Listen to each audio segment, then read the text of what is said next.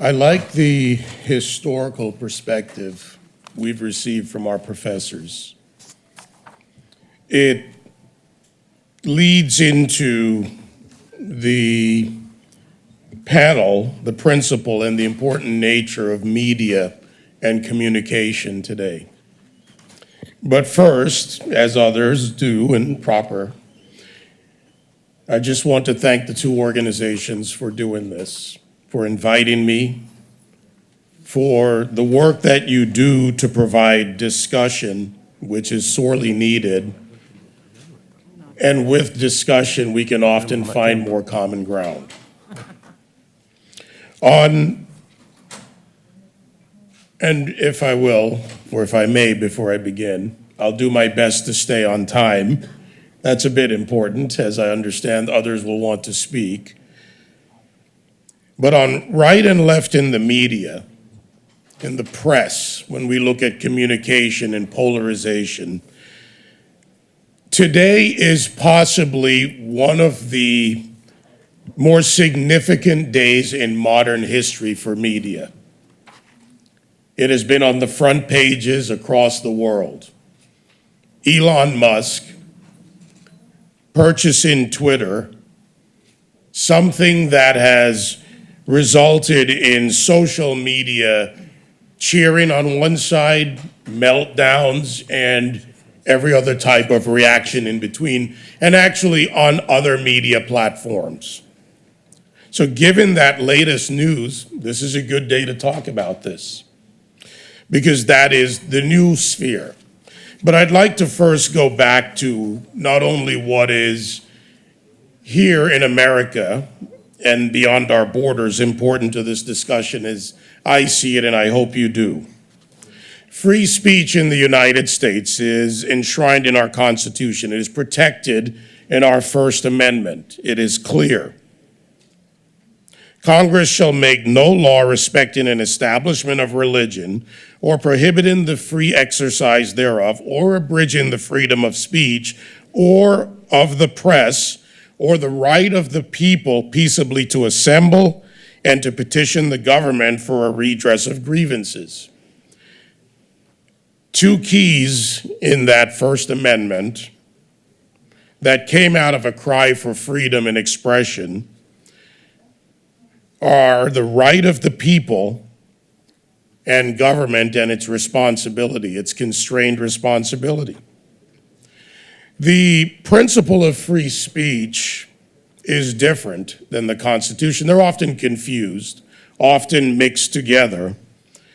But from our Declaration of Independence in the United States and the declaration by many around the world who seek a free and open society, the principle of free speech is important. It is actually, and more importantly, a necessary part of cultures. And while the United States Constitution has geographic borders, the principle of free speech does not or should not. It's universal. It is in many different languages, cultures, and generations. And where it thrives, the press, in many forms as a result, is often more effective in keeping public information and discussion honest, whether it be opinion or simple fact-based reporting, but I'll get into that a little bit more. Important to free speech, the press, and the responsibility of both the institutions and the individuals and the society is a system of laws that protects that right. Again, while our Constitution in the United States is bound by geographic borders, as it should be, the principle should apply around the world because it is something that is important to our advancement as a society. Responsibility is important, and also the power of the pen, whether it comes from the power of the pen or today the keyboard. It is important that no matter the platform, and we have many, including the new platforms in technology, that responsibility and integrity are combined with facts in the press, and from that, various levels of success and trust will be granted by the consumers of what the institutions, be it a newspaper, television station, local media, or international platform, and to include social media, put out. Here's a question for you to consider, and for the panelists to consider. I would put it to you: is a new definition or understanding of the principle of free speech, right, left, or otherwise, needed? My answer is no. The many media platforms that no longer adhere to the basic principles of who, what, why, where, when, and how need to change. We can and should be aware of new cultural sensibilities, but facts do not bend to narrative. With an agenda, facts will not and should not bend to narrative. Opinion, however, is valid. Without opinion, how do you have discussion? Opinion is valid and better accepted, even in disagreement, if it is a well-presented argument for consideration. How do we measure success in the press? Readers, viewers, and listeners in some form, and ratings are records of success or failure in media. And a more polarized media today further exacerbates the problems and modern technologies that allow media to go beyond traditional print and the television model. However, we can't blame the technology, because there's always a human being in control.